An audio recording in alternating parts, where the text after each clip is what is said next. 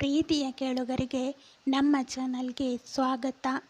ನೀವು ನಮ್ಮ ಚಾನಲ್ಗೆ ಹೊಸಬರಾಗಿದ್ದರೆ ದಯವಿಟ್ಟು ಸಬ್ಸ್ಕ್ರೈಬ್ ಮಾಡಿಕೊಳ್ಳಿ.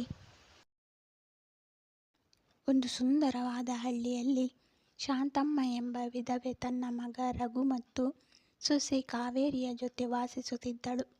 ಶಾಂತಮ್ಮನಿಗೆ ತನ್ನ ಮಗನೆಂದರೆ ತುಂಬ ಪ್ರೀತಿ. ಗಂಡ ತೀರಿಕೊಂಡ ನಂತರ ರಘುವನ್ನು ಕಷ್ಟಪಟ್ಟು ಬೆಳೆಸಿದ್ದಳು.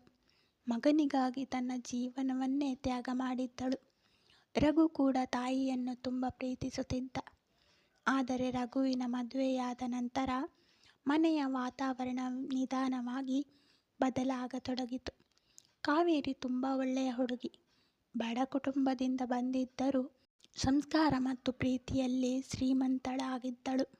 ಮದುವೆಯಾದ ಮೊದಲ ದಿನವೇ ಕಾವೇರಿ ಶಾಂತಮ್ಮನ ಕಾಲಿಗೆ ಬಿದ್ದು, ಅಮ್ಮ, ಇನ್ನು ಮುಂದೆ ನೀವು ನನಗೆ ಅತ್ತೆ ಅಲ್ಲ, ನನ್ನ ತಾಯಿಯಂತೆ. ನಿಮ್ಮನ್ನು ಯಾವತ್ತೂ ನೋಯಿಸಲ್ಲ ಎಂದಳು. ನನಗೆ ಅದಕ್ಕಿಂತ ಬೇರೆ ಏನೂ ಬೇಡಮ್ಮ ಎಂದಳು ಶಾಂತಮ್ಮ. ಮೊದಲ ಕೆಲವು ದಿನಗಳು ಎಲ್ಲವೂ ಚೆನ್ನಾಗಿಯೇ ಇದ್ದವು. ಆದರೆ ಒಂದು ದಿನ ಕಾವೇರಿ ಮಾಡಿದ ಅಡುಗೆ ಸ್ವಲ್ಪ ಉಪ್ಪಾಗಿತ್ತು. ಶಾಂತಮ್ಮ ಊಟ ಮಾಡುತ್ತಾ, ಕಾವೇರಿ, ಉಪ್ಪು ಸ್ವಲ್ಪ ಜಾಸ್ತಿಯಾಗಿದೆ ಎಂದಳು. ಕ್ಷಮಿಸಿ ಅಮ್ಮ, ಮುಂದೆ ಗಮನ ಕೊಡುತ್ತೇನೆ ಎಂದಳು.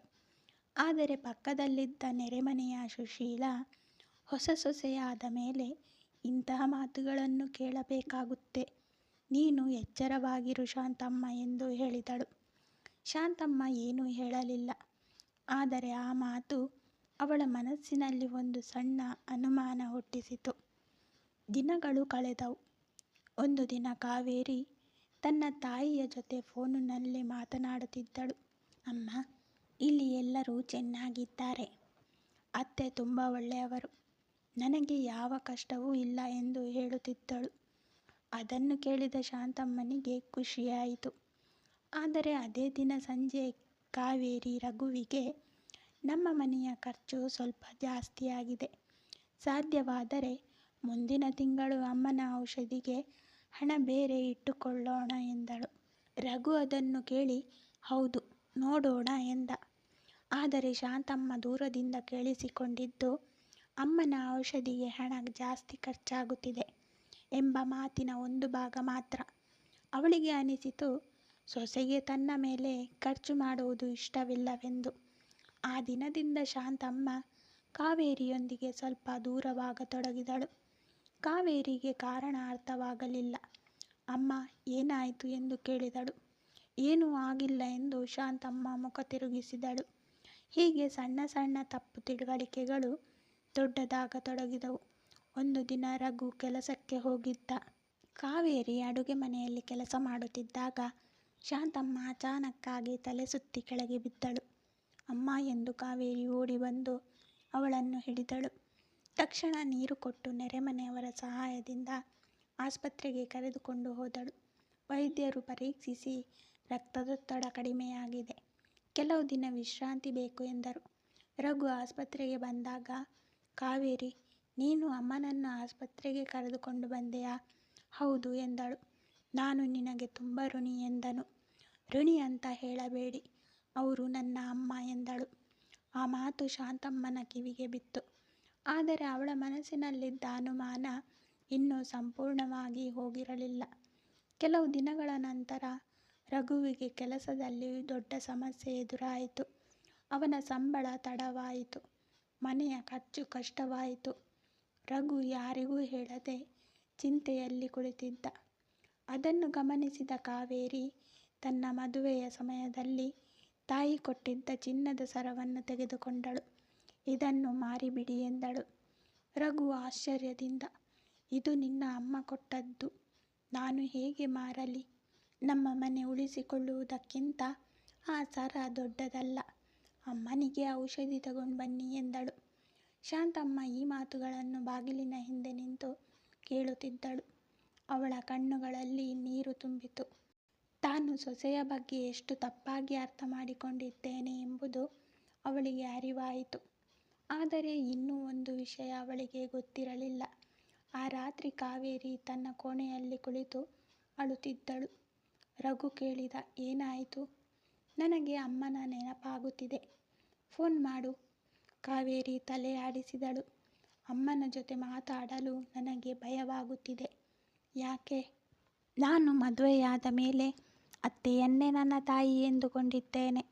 ಆದರೆ ನನ್ನ ಅಮ್ಮನಿಗೆ ನಾನು ದೂರವಾಗಿದ್ದೇನೆ ಅನಿಸಬಹುದು. ರಘು ಅವಳ ತಲೆಯ ಮೇಲೆ ಕೈ ಇಟ್ಟು, ನಿನ್ನ ಹೃದಯ ದೊಡ್ಡದು ಕಾವೇರಿ ಎಂದ. ಇವೆಲ್ಲವನ್ನು ಶಾಂತಮ್ಮ ಕೇಳುತ್ತಿದ್ದಳು. ಆ ರಾತ್ರಿ ಅವಳಿಗೆ ನಿದ್ರೆ ಬರಲಿಲ್ಲ. ಮರುದಿನ ಬೆಳಿಗ್ಗೆ ಕಾವೇರಿ ಎಂದಿನಂತೆ ಅಡುಗೆ ಮಾಡುತ್ತಿದ್ದಳು. ಶಾಂತಮ್ಮ ನಿಧಾನವಾಗಿ ಅಡುಗೆ ಮನೆಗೆ ಬಂದಳು. ಕಾವೇರಿ, ಹೇಳಿ ಅಮ್ಮ, ನನ್ನನ್ನು ಕ್ಷಮಿಸು. ಕಾವೇರಿ ಆಶ್ಚರ್ಯದಿಂದ ನೋಡಿದಳು. ಯಾಕೆ ಅಮ್ಮ? ನಿನ್ನ ಬಗ್ಗೆ ನಾನು ತಪ್ಪಾಗಿ ಅರ್ಥ ಮಾಡಿಕೊಂಡೆ. ನೀನು ನನ್ನನ್ನು ಮನೆಯ ಭಾರ ಎಂದುಕೊಂಡಿದ್ದೀಯೇ ಎಂದುಕೊಂಡಿದ್ದೆ. ಆದರೆ ನನಗಾಗಿ ನಿನ್ನ ಚಿನ್ನದ ಸರವನ್ನೇ ಕೊಡಲು ಸಿದ್ಧಳಾಗಿದ್ದೀಯ. ಕಾವೇರಿಯ ಕಣ್ಣುಗಳಲ್ಲಿ ನೀರು ತುಂಬಿತು. ಅಮ್ಮ, ನೀವು ನನ್ನ ಬಗ್ಗೆ ಹಾಗೆ ಯಾಕೆ ಅಂದುಕೊಂಡಿರಿ? ಶಾಂತಮ್ಮ ಅವಳ ಕೈ ಹಿಡಿದು, ನನ್ನ ಮಗನನ್ನು ಯಾರಾದರೂ ನನ್ನಿಂದ ದೂರ ಮಾಡುತ್ತಾರೆ ಎಂಬ ಭಯ ನನಗಿತ್ತು. ಅದಕ್ಕೆ ನಿನ್ನ ಪ್ರೀತಿಯನ್ನು ಅನುಮಾನಿಸಿದೆ. ಕಾವೇರಿ ಶಾಂತಮ್ಮನನ್ನು ಅಪ್ಪಿಕೊಂಡಳು. ಅಮ್ಮ, ಮಗನನ್ನು ನಿಮ್ಮಿಂದ ದೂರ ಮಾಡಲು ನಾನು ಬಂದಿಲ್ಲ.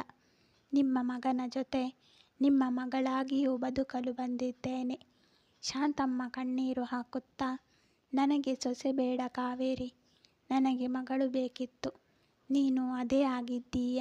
ಆ ದಿನದಿಂದ ಆ ಮನೆಯಲ್ಲಿ ಎಲ್ಲವೂ ಬದಲಾಯಿತು. ಶಾಂತಮ್ಮ ಕಾವೇರಿಯನ್ನು ಸೊಸೆ ಎಂದು ಕರೆಯುವುದನ್ನು ಬಿಟ್ಟು ಮಗಳು ಎಂದು ಕರೆಯತೊಡಗಿದಳು. ಕಾವೇರಿಯು ಅತ್ತೆಯನ್ನು ಅಮ್ಮ ಎಂದು ಕರೆಯುವುದನ್ನು ಇನ್ನಷ್ಟು ಪ್ರೀತಿಯಿಂದ ಆರಂಭಿಸಿದಳು.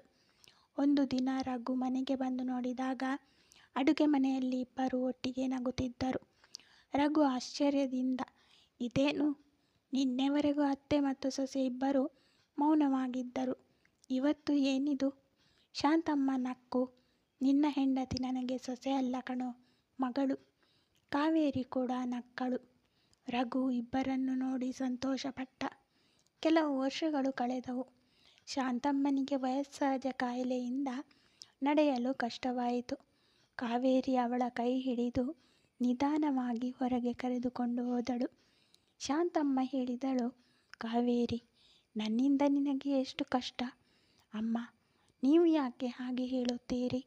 ನಿಮ್ಮ ಮಗಳು ಆಗಿ ಇದೆಲ್ಲ ಮಾಡೋದು ನನ್ನ ಕರ್ತವ್ಯ ಎಂದಳು. ನಾನು ನಿನ್ನನ್ನು ಹೆತ್ತಿಲ್ಲ ಮಗಳೇ, ಆದರೆ ನೀವು ನನ್ನನ್ನು ಮಗಳಂತೆ ಪ್ರೀತಿಸಿದ್ದೀರಿ ಎಂದಳು ಕಾವೇರಿ. ಶಾಂತಮ್ಮನ ಕಣ್ಣು ತುಂಬಿತು. ಅವಳು ಕಾವೇರಿಯ ಕೈಯನ್ನು ಬಿಗಿಯಾಗಿ ಹಿಡಿದು, ನಿಜವಾದ ಸಂಬಂಧ ರಕ್ತದಿಂದ ಹುಟ್ಟುವುದಿಲ್ಲ, ಮನಸ್ಸಿನಿಂದ ಹುಟ್ಟುತ್ತದೆ ಎಂದಳು. ಅದೇ ಸಮಯದಲ್ಲಿ ರಘು ದೂರದಿಂದ ಆ ದೃಶ್ಯವನ್ನು ನೋಡುತ್ತಿದ್ದ. ಅವನ ಕಣ್ಣಲ್ಲೂ ಸಂತೋಷದ ಕಣ್ಣೀರು. ಅವನಿಗೆ ಒಂದು ವಿಷಯ ಅರ್ಥವಾಯಿತು. ಮದುವೆಯಾದ ಮೇಲೆ ಹೆಂಡತಿಯನ್ನು ಮತ್ತು ತಾಯಿಯನ್ನು ಬೇರೆ ಬೇರೆ ಕಡೆ ನಿಲ್ಲಿಸುವುದಕ್ಕಿಂತ ಇಬ್ಬರ ಹೃದಯಗಳನ್ನು ಒಂದಾಗಿಸುವುದೇ ಕುಟುಂಬದ ನಿಜವಾದ ಗೆಲುವು. ಆ ದಿನದಿಂದ ಆ ಮನೆಗೆ ಒಂದು ಹೊಸ ಹೆಸರು ಬಂತು. ಅತ್ತೆ ಸೊಸೆಯ ಮನೆ ಅಲ್ಲ, ಅಮ್ಮ ಮಗಳ ಮನೆ. ಧನ್ಯವಾದಗಳು. ಈ ಕಥೆ ಇಷ್ಟ ಆಗಿದ್ದರೆ ಲೈಕ್ ಮಾಡಿ, ಶೇರ್ ಮಾಡಿ. ಸಬ್ಸ್ಕ್ರೈಬ್ ಮಾಡದವರು ದಯವಿಟ್ಟು ಸಬ್ಸ್ಕ್ರೈಬ್ ಮಾಡಿಕೊಳ್ಳಿ. ಧನ್ಯವಾದ.